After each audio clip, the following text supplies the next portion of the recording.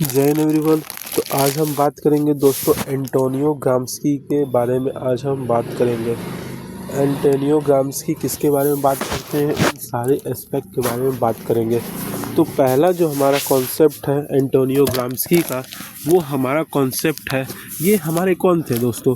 जो Antonio Gramsci थे वो हमारे मार्क्सिस्ट पॉलिटिकल सोशियोलॉजिस्ट हैं, जो अपने कामों के लिए जाना करते थे। जैसे उनका काम हो गया hegemony, civil society, organic intellectual and war of position या वॉर ऑफ मैन्यूएवर, इनके बारे में हम देखेंगे।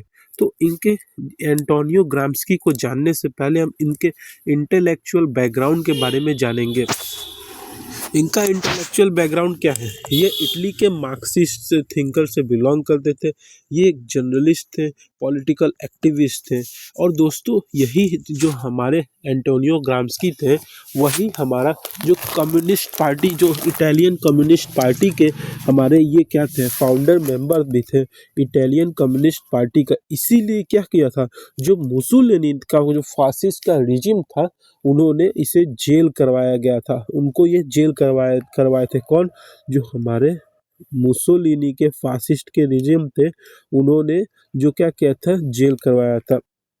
इनका जो जितने भी आप आइडिया पढ़ेंगे ना एंटोनियो ग्राम्स्की का, वो हमारे प्रिजन नोटबुक से, प्रिजन नोटबुक आखिर मतलब क्या, क्योंकि जितने भी आप एंटोनियो ग्राम्स्की के जितने भी थ्योरीज आइडिया पढ़ेंगे, वो सारे एस्पेक्ट उन्होंने जेल में ही कंप्लीट किया है। और दोस्तों एक जान के हैरानी भी होगा कि एंटोनियो ग्राम्स्की ने जितने भी वर्क परफॉर्म किए थे, उन्होंने कोई भी बुक पब्लिश नहीं किया था, लेकिन उनके पोस्टमसली, उनके मरणों उपरांत उनके बुक को क्या किया गया, पब्लिश किया गया। जैसे प्रिजन नोटबुक काफ़ी इंपॉर्टेंट नोटबुक है उनका।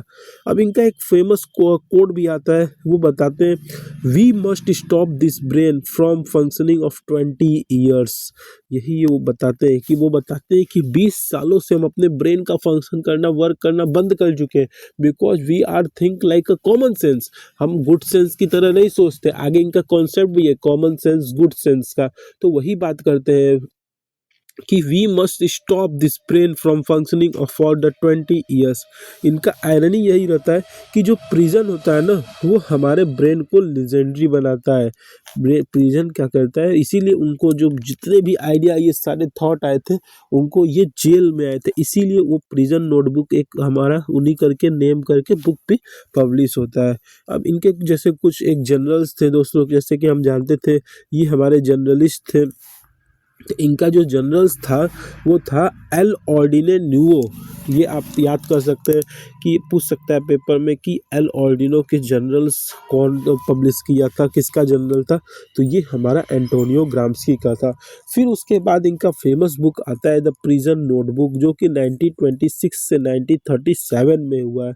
ये इन्होंने इतना टाइम तक इस पर वर्क किया है, लेकिन पब्लिश हुआ है दोस्तों ना इनके मरणों उपरांत। जब इनका मरने के बाद इसमें जो कि सिलेक्शन पॉइंट थे, वो 1948 से 1951 में कुछ चीज़ें इसमें क्या की पब्लिश की गई थी एडिटिंग के साथ।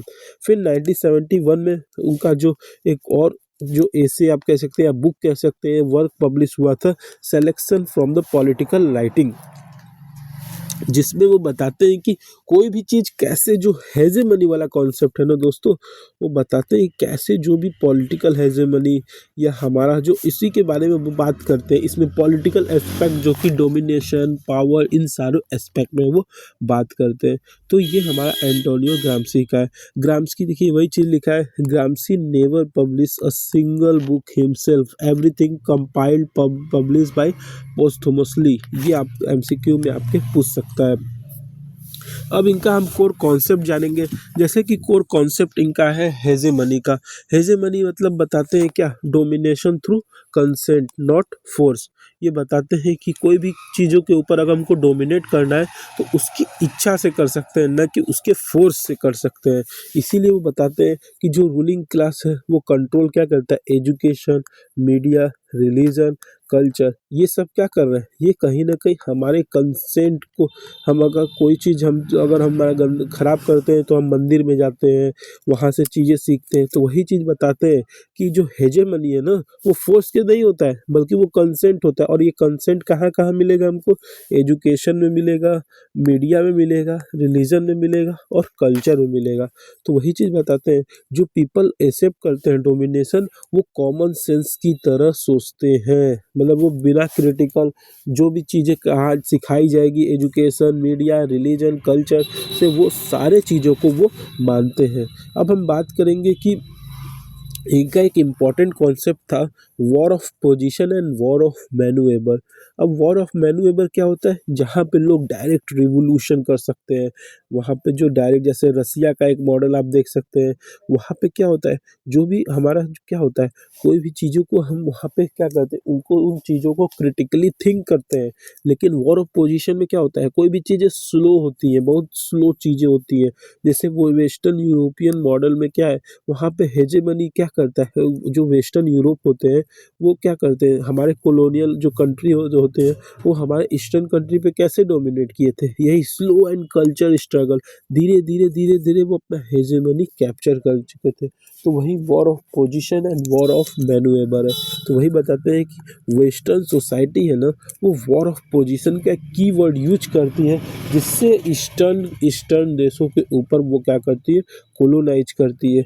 ये हमारे कल्चर स्टडीज़ को काफ़ी इन्फ्लुएंस किया था। अब इनके हम इंटेलेक्चुअल देखिए, ये दो प्रकार के इंटेलेक्चुअल बताए थे हमारे मेनली, एक हमारा ट्रेडिशनल इंटेलेक्चुअल और एक हमारा जो था वो ऑर्गेनिक इंटेलेक्चुअल। ट्रेडिशनल इंटेलेक्चुअल में जो होता है, जो हमको कहीं ना कहीं एक रूलिंग क्लास के ऊपर क्या करे, रूलिंग क्लास को सर्व करने के लिए सिखाया जाता है। वही आ जाएगा जो हमारे एजुकेशन, रिलीजन, कल्चर, मीडिया, ये सारा चीज़ क्या सिखाते हैं कि how the ruling class dominate over through consent. तो वही चीज़ बताते हैं। और वही हम ऑर्गेनिक इंटेलेक्चुअल में देखेंगे कि इसमें क्या होता है, जो भी क्लासेस, जो भी चीज़ें चल रही हैं, उसको क्रिटिकली सोचा जाता है। जैसे यहाँ पे आप देख सकते हैं, emerges from the classes, articulate the class interest, essential for the proletariat revolution, यही चीज़ वो बात करते हैं। वो बताते हैं कि every class create its own intellectual, जो कि हमारे ऑर्गेनिक इंटेलेक्चुअल में बात होता है। लेकिन वही हमारा ट्रेडिशनल वाले में वो हमारा कंसेंट के ऊपर वर्क करता है।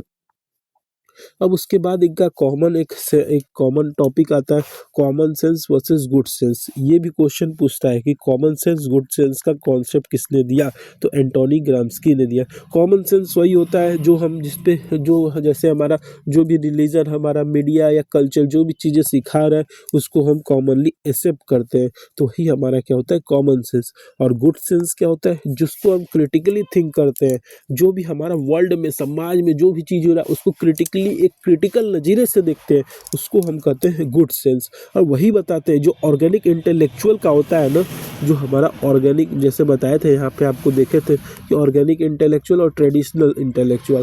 तो ऑर्गेनिक इंटेलेक्चुअल का रोल क्या होता है कि वो कॉमन सेंस से कैसे हम गुड सेंस में ट्रांसफॉर्म होए, ये जान लीजिए सबसे बड़ा गोल है हमारा, किसका, जो भी हमारे कॉमन सेंस का, या आप कह सकते हैं जो भी हमारा ऑर्गेनिक इंटेलेक्चुअल्स के बारे में अगर हम बात करें। तो अब इसके बाद हम देखेंगे कैसे जो ग्राम्स्की है और क्लासिकल मार्क्सिज्म है, क्योंकि ग्राम्स्की कहीं ना कहीं मार्क्सिज्म से ज़्यादा प्रभावित था। तो क्लासिकल मार्क्सिज्म और इसमें ग्राम्स्की में क्या डिफरेंस है, तो देखिए जो क्लासिकल मार्क्सिस्ट था वो हमारा किस पे डोमिनेट था, इकोनॉमिक डोमिनेशन था, उसका जो बेस ही डिटरमाइन करता था सुप्रा स्ट्रक्चर और स्टेट सेंट्रिक था। लेकिन जो हमारा ग्राम्स्की बात करते हैं वो कल्चर ऑटोनॉमी के बारे में बात करते हैं। वो बताते हैं कि कैसे कल्चर जो है वो केवल बेस और सुप्रा स्ट्रक्चर पे नहीं डिपेंडेंट है, वो रिलेटिवली ऑटोनॉमी के ऊपर डिपेंडेंट है, और वो सिविल सोसाइटी सेंट्रिक है दोस्तों, जो ग्राम्स्की बात करते हैं। फिर इसके बाद हम देखेंगे कैसे कौन कौन इन्फ्लुएंस हुए इनसे। कल्चर स्टडी जैसे स्टुअर्ट हॉल है, उससे ज़्यादा वो प्रभावित हुए। नियो मार्क्सिज्म में कैसे मॉडिफिकेशन आया, कई सारे हमारे थिंकर आते हैं इसके अंदर, पॉलिटिकल सोशियोलॉजी, कई सारे पोस्ट कॉलोनियल थ्योरी और मीडिया स्टडी। ये हमारे थे। और क्रिटिसिज्म भी हुए कि वो ज़्यादा कल्चर स्पेसिफिक है, इकोनॉमिक स्पेसिफिक कम है थोड़ा, इनका जो कॉन्सेप्ट है वेग है, ओवर एम्फेसाइज किए, आइडियोलॉजी जो हेजेमनी वाला उनका कॉन्सेप्ट था वो ज़्यादा ओवर यूटिलाइज कर दिए कि कैसे वो बताते हैं कि जो फोर्स होता है वो कंसेंट के थ्रू आता है, डोमिन फोर्स के थ्रू नहीं आता है। लेकिन कई जगह हम देखेंगे कि जो पावर आता है ना, अगर हम आपको डिनोमिनेट करना है, डोमिनेट करना है, तो कहीं ना कहीं पावर का भी एक्टिव रोल होता है। तो वही बताते हैं। तो एक इनका और फेमस कॉन्सेप्ट आता है civil society versus political society. ये भी काफ़ी इंपॉर्टेंट है। सिविल सोसाइटी में वो बात करते हैं जैसे स्कूल, चर्च, मीडिया, ये सारे हो गए, जहाँ पे कंसेंट होता है, जहाँ पे आइडियोलॉजी किसका चलता है, कंसेंट का। लेकिन पॉलिटिकल सोसाइटी क्या होता है, जो आर्मी, पुलिस, ये सब, जहाँ पे कोअर्सन चलता है, किसके थ्रू, फोर्स के थ्रू दोस्तों। तो यही बताता है कि मॉडर्न कैपिटलिज्म में अधिकतर लोग सर्वाइव क्यों करते हैं, क्योंकि वहाँ पे सिविल सोसाइटी होता है, वहाँ पे जो भी चीज़ें होती है कंसेंट के थ्रू होती है, हमारे इच्छा के थ्रू होती है। तो ये ओवरऑल था। अब हम इनके कुछ यूजीसी नेट से एमसीक्यू क्या क्या रिलेट हो सकते हैं, जैसे हेजेमनी हमारा कंसेंट के थ्रू होता है, फोर्स के थ्रू नहीं होता है।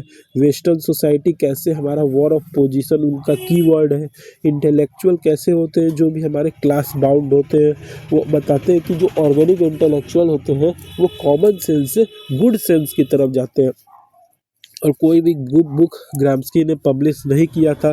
प्रिजन नोटबुक जो है वो उनका एक सिस्टमेटिक टेक्स्ट नहीं था, बल्कि वो जेल में जो भी चीज़ें पब्लिश किए थे और उस जेल में जो भी चीज़ें लिखे थे, बाद में वो 1948 में selection from the prison notebook वो पब्लिश होता है। फिर उसके बाद बुक होता है selection from the political writing.